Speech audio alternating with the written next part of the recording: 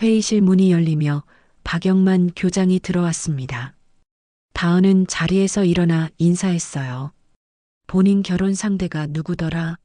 내부 직원이던데 줄타기 잘하네? 다은의 얼굴이 하얗게 변했습니다. 저는 그런 게 아닙니다. 아니긴 뭐가 아니야. 계약직이 정직원이랑 연애하면서 눈치 안 보이나? 교장의 목소리가 회의실에 울렸어요. 다른 직원들은 고개를 숙이고 있었죠. 저는 제 자리에서 학생과 보호자를 돕고 싶을 뿐입니다.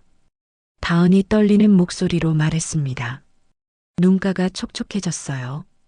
그딴 감성파리로 이 학교는 안 돌아간다. 박영만은 서류를 다은 앞에 던졌습니다.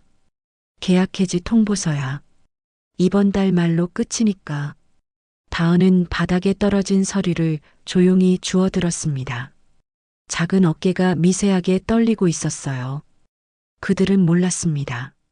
그 순간 복도에서 한 노인이 모든 걸 지켜보고 있다는 걸 말이에요. 이야기를 시작하기 전에 구독과 좋아요를 눌러주시면 영상 만드는데 큰 힘이 될 거예요. 안녕하세요. 저는 최명원입니다. 올해 78, 청운대학교 이사장으로 30년을 보냈죠. 새벽 3시 잠이 오지 않았습니다. 침실벽에 걸린 아내의 영정이 저를 내려다보고 있었어요. 그 눈빛이 왜 이렇게 서늘하게 느껴지는지 모르겠더군요. 책상 위에는 접힌 신문이 놓여 있었습니다. 청운학원 비자금 의혹 제기라는 굵은 제목이 어둠 속에서도 선명했어요. 그런데 진짜 문제는 따로 있었습니다. 저를 믿고 따르던 사람들이 하나둘 등을 돌리기 시작했거든요. 교수의 회의에서도 이사진 모임에서도 저를 바라보는 시선이 예전 같지 않았어요. 아무래도 이 나이에 사람을 의심하며 살아야 한다는 게 참 서글펐습니다. 아침 7시 손자 도윤이 찾아왔습니다. 평소보다 단정하게 차려입고 온 걸 보니 중요한 이야기가 있나 보더군요. 할아버지, 결혼하고 싶은 사람이 있어요. 도윤은 조심스럽게 말을 꺼냈습니다. 그러니까 윤다은이라는 여자를 소개하겠다는 거였어요. 청운대 행정팀에서 일하는 계약직 사원이라고 했죠. 행정 말단이라고? 요즘은 줄 잘 서야 사는 세상이야.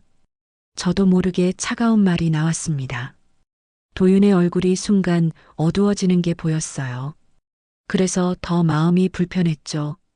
저녁 무렵 아내의 유품을 정리하다가 낡은 수첩 사이에서 쪽지 하나를 발견했습니다. 아내의 글씨였어요. 진심은 말이 아니라 남의 짐을 들어주는 손끝에서 드러난다. 문득 이상한 생각이 들었습니다. 그 윤다은이라는 아가씨는 과연 어떤 사람일까요? 손자가 그토록 좋아하는 사람이라면 아무래도 직접 확인해 봐야겠더군요. 그런데 이사장 신분으로 가면 진짜 모습을 볼 수 없을 테니까요. 그래서 결심했습니다.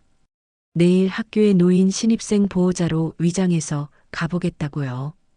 다음 날 아침 저는 옷장 깊숙한 곳에서 오래된 청바지를 꺼냈습니다. 아내가 버리라고 했던 그 바지였어요. 낡은 야구 모자까지 눌러쓰고 거울을 보니 평범한 동네 할아버지 같았죠. 청운대학교 정문을 지나며 마음이 묘했습니다. 매일 검은 세단으로 정문을 통과할 때와는 전혀 다른 기분이었어요. 경비원들도 저를 그냥 지나치더군요. 행정관 2층으로 올라갔습니다. 복도는 생각보다 시끄러웠어요. 학생들과 학부모들이 여기저기 앉아서 대기하고 있었죠. 저도 그 사이에 섞여 행정팀 사무실 문을 열었습니다. 사무실 안은 바쁜 오전의 풍경이었어요. 직원들이 컴퓨터 앞에 앉아 타자를 치고 있었고 전화벨이 여기저기서 울렸죠.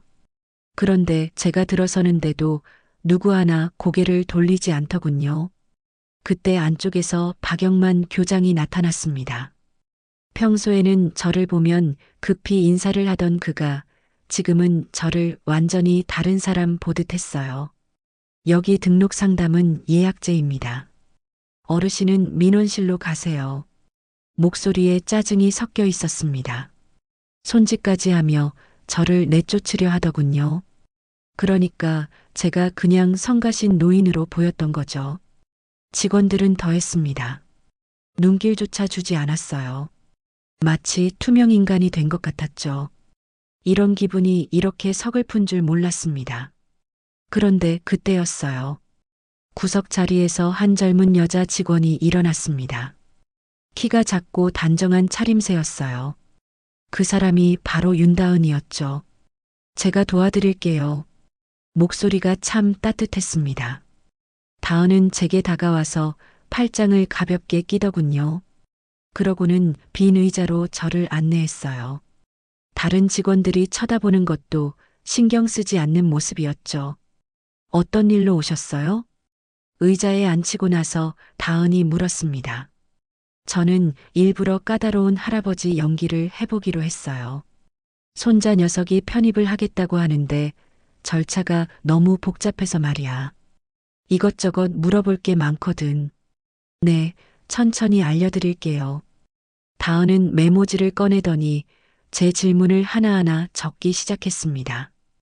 편입 시기, 필요한 서류, 학점 인정 기준까지 한 글자씩 정성스럽게 설명해 줬어요. 저는 더 어려운 질문을 던졌습니다. 그런데 학비는 얼마나 되나? 장학금 같은 건 없고? 잠깐만요. 자료를 가져다 드릴게요. 다은은 자리에서 일어나 캐비닛을 뒤졌습니다. 여러 장의 안내문을 가져와서 하나씩 보여주며 설명했어요. 다른 직원들은 여전히 자기 일에만 집중하고 있었죠. 혹시 더 궁금한 게 있으시면 언제든 연락 주세요. 다은은 명함까지 건네주었습니다. 명함을 받으며 그 손을 유심히 봤어요.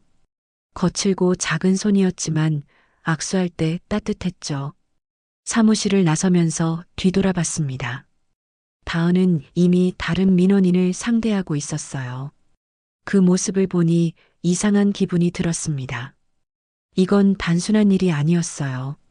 손자가 왜 그 아가씨를 좋아하는지 조금 알 것 같았거든요. 다음 날 오후 저는 다시 행정팀을 찾았습니다. 이번에는 장학금 문의라는 핑계로 갔어요. 사무실 문을 열자마자 긴장된 분위기가 느껴졌죠. 박영만 교장이 다은 앞에 서 있었습니다. 목소리가 사무실 전체에 울렸어요. 다은 씨, 민원 한 명 처리에 20분씩이나 걸려요? 실적 떨어지면 계약 연장 없다는 거 알죠?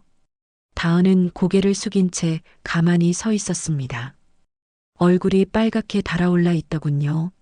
다른 직원들은 모니터만 바라보며 못 본 척했어요. 앞으로는 5분 안에 끝내세요. 여기가 상담센터가 아니라고요. 박영만의 말이 끝나자 사무실이 조용해졌습니다. 저는 그 광경을 보며 가슴이 답답했어요. 그런데 더 놀라운 건 다음이었죠. 네, 알겠습니다. 죄송합니다. 다은이 작은 목소리로 대답했습니다. 눈가가 촉촉해 보였지만 참고 있는 모습이었어요.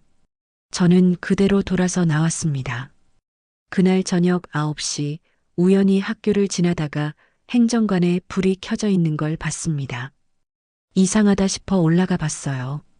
사무실 문틈으로 들여다보니 다은이 혼자 앉아 있었죠. 책상 위에는 장학금 신청서가 수북이 쌓여 있었습니다. 다은은 돋보기를 쓰고 한 장 한 장 꼼꼼히 검토하더군요. 오타를 발견하면 지우개로 지우고 다시 썼어요. 어르신들도 쉽게 읽을 수 있게 해야지. 혼잣말하며 글씨 크기를 키워서 다시 정리하고 있었습니다. 퇴근 시간이 훨씬 지났는데도 말이죠. 그 모습을 보니 목이 메었어요.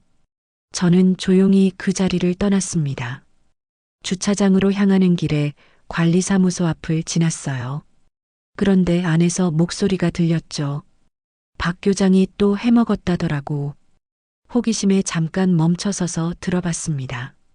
관리인 2명이 이야기하고 있었어요. 이번에는 뭘 했는데? 장학금 후원금으로 자기 조카 유학 비용 됐다는 소문이야. 몇 천만 원 되더라고. 에이, 설마 그런 일이 있겠어? 내 말이. 그런데 회계 쪽에서 일하는 친구가 그러는데 장학금 계좌에서 돈이 빠진 게 분명하다더라. 저는 더 이상 듣지 않고 차로 향했습니다. 운전대를 잡고 앉아서 한참을 생각했어요. 갑자기 머릿속이 복잡해졌죠. 그동안 저는 학교 운영을 교장들에게 맡겨뒀습니다. 믿고 있었거든요. 그런데 이런 일이 벌어지고 있었다니요. 진짜 문제는 저 위에 있었군. 중얼거리며 시동을 걸었습니다. 백미러로 행정관을 돌아봤어요. 여전히 2층에 불이 켜져 있었죠. 다은이 아직도 일하고 있는 모습이 떠올랐습니다. 집으로 가는 길에 계속 생각했어요. 착한 사람이 손해보는 세상이 맞는 건가요? 다은 같은 직원은 칭찬받아야 하는데 오히려 질책을 당하고 있었죠. 그리고 박영만은 어떻고요? 학생들의 장학금으로 개인적인 이익을 챙기고 있다니요. 이런 일을 그냥 넘어갈 수는 없었습니다. 아내의 쪽지가 다시 떠올랐어요. 진심은 말이 아니라 남의 짐을 들어주는 손끝에서 드러난다. 다은의 손이 생각났습니다. 거칠지만 따뜻했던 그 손말이에요. 이제 뭔가 해야 할 때가 온 것 같았어요. 사흘 뒤 목요일 오후 저는 다시 학교를 찾았습니다. 이번에는 장학금 서류를 받으러 간다는 핑계였어요. 행정관 회의실 앞을 지나는데 안에서 목소리가 들렸죠. 회의실 문이 살짝 열려 있었습니다. 호기심에 들여다봤어요. 박영만 교장이 직원들 앞에 서 있었고 다은은 구석 의자에 앉아 있었죠. 이번 주 실적 보고입니다. 박영만이 서류를 들고 말했습니다. 목소리에 비꼬는 투가 섞여 있었어요. 전체적으로는 만족스럽습니다. 그런데 윤다은 씨, 갑자기 다은을 향해 시선을 돌렸습니다. 다은은 긴장한 표정으로 고개를 들었어요. 본인 결혼 상대가 누구더라? 내부 직원이던데 줄타기 잘하네? 회의실이 순식간에 조용해졌습니다. 다른 직원들은 고개를 숙이고 있었어요. 다은의 얼굴이 하얗게 변했죠. 저는 그런 게 아닙니다.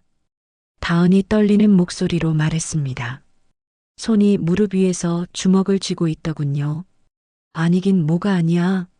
계약직이 정직원이랑 연애하면서 눈치 안 보이나? 박영만의 말이 점점 거칠어졌습니다. 저는 문틈으로 그 광경을 지켜보며 주먹이 불끈 쥐어졌어요. 다은이 천천히 일어섰습니다. 작은 체구가 더욱 작아 보였죠. 저는 제자리에서 학생과 보호자를 돕고 싶을 뿐입니다. 목소리는 작았지만 단호했습니다.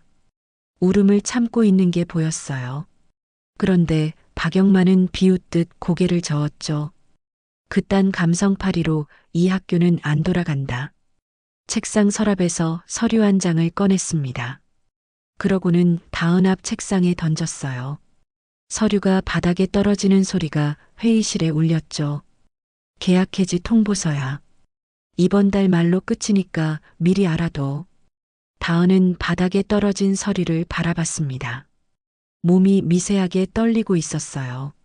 그러고는 조용히 서류를 주워들었죠. 그러면 회의 끝. 다들 자리로 돌아가.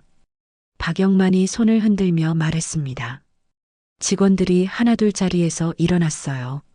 다은은 마지막까지 앉아 있다가 천천히 일어섰죠. 저는 급히 복도 모퉁이로 몸을 숨겼습니다. 회의실에서 나오는 다은을 봤어요. 고개를 숙인 채 걸어가는 뒷모습이 너무 쓸쓸해 보였죠. 화장실로 향하는 다은을 따라갔습니다. 화장실 문 앞에서 잠깐 멈춰서더니 깊은 숨을 쉬었어요. 그러고는 안으로 들어갔죠. 저는 복도에서 기다렸습니다. 몇 분 뒤 다은이 나왔어요. 눈가가 빨갛게 부어 있었지만 표정은 다잡고 있었죠. 사무실로 돌아가는 걸음이 평소보다 무거워 보였습니다. 그 뒷모습을 보며 가슴이 먹먹했어요. 착한 사람이 당하는 모습을 보는 게 이렇게 괴로운 줄 몰랐죠. 아내가 살아있다면 뭐라고 했을까요? 진심은 말이 아니라 남의 짐을 들어주는 손끝에서 드러난다. 아내의 말이 다시 떠올랐습니다. 다은의 손이 생각났어요. 저를 의자까지 안내하며 팔짱을 끼던 그 따뜻한 손말이에요. 저는 그 자리에서 결심했습니다. 이제 그만 지켜만 보고 있을 수는 없었어요. 뭔가 해야 할 때가 왔다고 생각했죠. 다은의 묵묵히 고개를 숙인 뒷모습을 절대 잊을 수 없을 것 같았습니다. 집으로 돌아온 저는 서재에 앉아 한참을 멍하니 있었습니다. 다은의 뒷모습이 자꾸 떠올랐어요. 그 작은 어깨가 얼마나 무거운 짐을 지고 있는지 알 것 같았죠. 문득 아내의 유품함이 생각났습니다. 몇 년 전부터 정리하려고 했지만 차마 손을 대지 못했던 그 상자 말이에요. 침실 옷장 위쪽에서 나무 상자를 꺼내왔습니다. 상자를 열자 아내의 향기가 은은하게 올라왔어요. 낡은 일기장과 편지들이 정성스럽게 정리되어 있었죠. 그런데 맨 아래에서 예상치 못한 것을 발견했습니다. 청운학원 설립 초기 후원금 명단이라고 적힌 파일이었어요. 아내가 왜 이런 걸 보관했는지 궁금해서 펼쳐봤죠. 1995년부터 2010년까지의 기록이 꼼꼼하게 적혀 있었습니다. 그런데 이상한 점을 발견했어요. 2005년경부터 장학기금 항목에 빨간 펜으로 표시가 되어 있었죠. 아내의 글씨였습니다. 확인 필요라고 적혀 있더군요. 더 뒤져보니 작은 수첩 하나가 나왔습니다. 아내가 직접 쓴 메모였어요. 날짜별로 기록이 되어 있었는데 한 이름이 계속 등장했죠. 박영만 마이너스 장학기금 담당자. 수첩을 한 장씩 넘기며 읽어봤습니다. 아내가 의심스러워했던 내용들이 적혀 있었어요. 장학금 지급 대상자와 실제 수혜자가 다르다는 기록, 후원금 사용 내역의 불일치 등이었죠. 마지막 페이지에는 이런 글이 적혀 있었습니다. 당신에게는 말하지 못했지만 박영만 교장의 행동이 의심스럽다. 장학기금이 제대로 사용되지 않는 것 같다. 그제야 깨달았습니다. 그때 유용된 장학기금의 책임자가 바로 박영만이었다는 걸 말이에요. 아내는 이미 10여 년 전부터 그의 비리를 의심하고 있었던 거죠. 손이 떨렸습니다. 아내가 왜 이런 걸 혼자 조사했을까요? 저에게 말하지 않고 혼자서 이 모든 걸 정리했다니요. 얼마나 답답했을까 생각하니 가슴이 아팠어요. 저는 곧바로 정태식 변호사에게 전화를 걸었습니다. 전 감사원 감사관 출신으로 학교 법률 고문을 맡고 있는 분이었죠. 정 변호사님, 급하게 부탁드릴 일이 있습니다. 무슨 일이신가요, 이사장님? 박영만 교장의 자금 흐름을 조사해 주세요. 특히 장학기금 관련해서요. 전화 너머로 잠깐 침묵이 흘렀습니다. 정 변호사는 신중한 성격이라 함부로 대답하지 않거든요. 알겠습니다. 며칠 시간을 주시면 자료를 정리해 드리겠습니다. 전화를 끊고 나서 다시 아내의 수첩을 들여다봤습니다. 그런데 마지막 장에서 깜짝 놀랄 만한 내용을 발견했어요. 도윤이가 사귀는 윤다은이라는 아가씨, 장학금을 받으며 열심히 공부했다고 한다. 착한 아이인 것 같다. 아내가 이미 다은을 알고 있었다는 뜻이었어요. 그것도 좋게 평가하고 있었죠. 손자 도윤이 다은과 사귄다는 것도 알고 있었고요. 그러고 보니 며칠 전 도윤이 결혼하고 싶은 사람이 있다고 했을 때 저는 냉정하게 반응했었죠. 다은이 행정 말단 직원이라고 무시했고요. 지금 생각해보니 부끄러웠습니다. 아내라면 분명 다르게 행동했을 거예요. 사람을 겉모습이나 지위로 판단하지 않았거든요. 저는 결심했습니다. 다은을 끝까지 시험해 보겠다고요. 하지만 이번에는 다른 마음으로요. 그 아가씨가 정말 손자에게 어울리는 사람인지, 그리고 제가 도와줄 가치가 있는 사람인지 확인해 보고 싶었어요. 창밖을 보니 어느새 밤이 깊었습니다. 하지만 잠이 오지 않았어요. 아내의 수첩을 다시 한번 천천히 읽어봤죠. 그러면서 생각했습니다. 착한 사람이 손해보는 세상을 바꿀 수 있을까요? 적어도 제가 할 수 있는 일은 해봐야겠다고 다짐했어요. 다음 날 오전 10시 청운대학교 대강당에 전 교직원이 모였습니다. 긴급회의라는 공지가 어젯밤 내려왔거든요. 저는 평소처럼 정장 대신 헌 청바지와 낡은 모자를 쓰고 단상으로 올라갔어요. 강당이 웅성거렸습니다. 교직원들은 누가 저 노인인지 궁금해했죠. 박영만 교장은 앞자리에서 불안한 표정으로 저를 바라봤어요. 안녕하세요. 여러분. 마이크를 잡고 말했습니다. 강당이 조용해졌어요. 어제 보호자로 왔던 노인이 바로 나입니다. 최명환 이사장이에요. 순간 강당이 술렁였습니다. 교직원들이 서로 얼굴을 보며 놀라는 표정이었어요. 박영만의 얼굴이 새파랗게 변했죠. 며칠 동안 평범한 할아버지로 위장해서 학교를 둘러봤습니다. 그런데 충격적인 사실들을 발견했어요. 뒤쪽에서 정태식 변호사가 노트북을 들고 올라왔습니다. 스크린에 자료가 나타났어요. 박영만 교장의 입시비리 증거입니다. 화면에는 조작된 성적표와 불법 추천서가 떴습니다. 강당이 다시 웅성거렸어요. 그리고 후원금 유용 내역이에요. 이번에는 회계장부가 나타났습니다. 장학금 계좌에서 빠진 거액의 돈과 박영만 조카의 유학비용 지출 내역이 선명했죠. 마지막으로 리베이트 수수료입니다. 건설업체와 주고받은 뒷돈 명세서까지 공개됐어요. 교직원들이 숨을 죽이고 지켜봤습니다. 박영만이 벌떡 일어났습니다. 이건 조작입니다. 누가 이런 거짓 자료를 만든 거예요? 그런데 정태식 변호사가 서류 봉투를 꺼냈어요. 검찰 수사 영장입니다. 이미 수사가 시작됐습니다. 박영만의 다리가 휘청거렸습니다. 의자에 주저앉더군요. 그런데 가장 놀라운 건 따로 있어요. 저는 다시 마이크를 잡았습니다. 강당 뒤쪽에 앉은 다은을 바라봤어요. 이 모든 비리를 처음 신고한 사람이 바로 윤다은 직원입니다. 스크린에 다은의 익명 제보 이메일이 떴습니다. 날짜는 석 달 전이었어요. 상세한 증거와 함께 학교 비리를 고발한 내용이었죠. 다은은 놀란 표정으로 저를 바라봤습니다. 자신의 정체가 밝혀질 줄 몰랐던 거예요. 순진한 계약직 직원이 아니었어요. 학교를 지키려고 용기 낸 진짜 주인공이었습니다. 강당에 박수가 터져 나왔습니다. 다은의 눈가가 촉촉해졌어요.